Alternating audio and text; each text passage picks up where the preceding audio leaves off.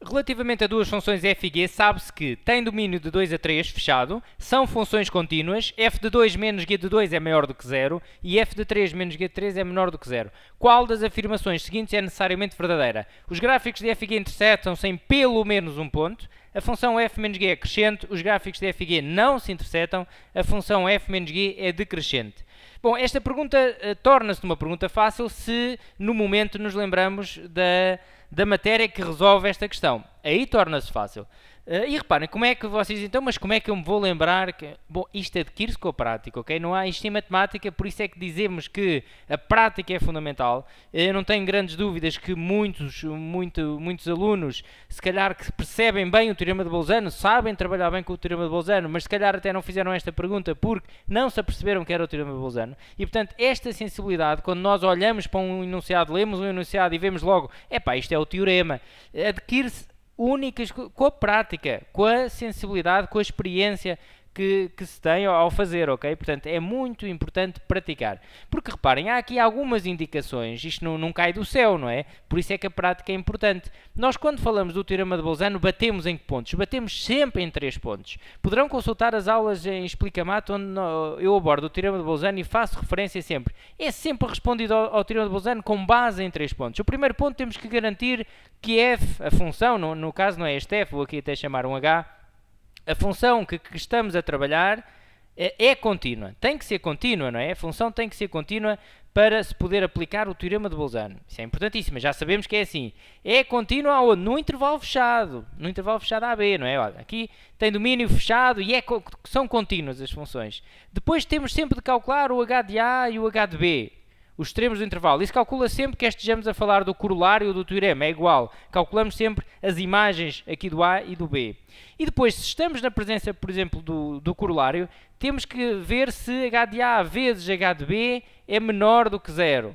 Bom, estamos aqui também a falar de algumas condições que têm maior que 0, menor que 0. Poderiam-se lembrar desta situação. Mas estes 3 pontos são sempre obrigatórios quando estamos a falar do corolário, não é?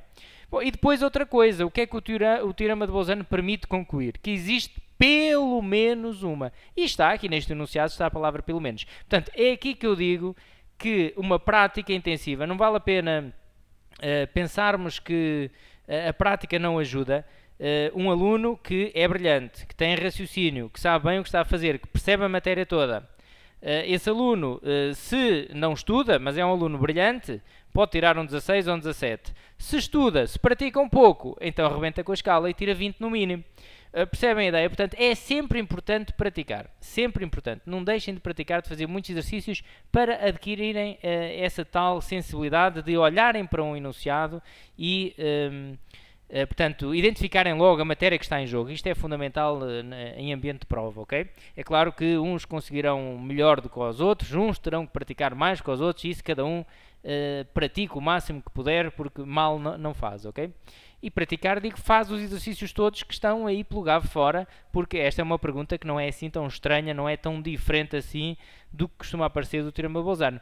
Bom, reparem então no que se segue. Vamos aqui abordar, diz aqui, os gráficos de f e g intersetam-se num ponto. Reparem, se se intersetam é porque tem que acontecer isto, não é? É porque f de x teria que ser igual a g de x, certo? Bom, mas termos esta equação, f de x igual a g de x, é o mesmo que termos esta, não é? F de x menos g de x igual a 0. Ora, se eu considerar aqui uma função nova, eu posso pensar no teorema de Bolzano e tentar provar que esta função h tem pelo menos um 0. Se isto acontecer, se esta função h tem pelo menos um 0, então f menos g também tem, ou seja, f é igual a g em pelo menos um ponto. É isso então que vamos ver. Olha, h é contínua. Vamos supor que até era de segunda parte esta questão.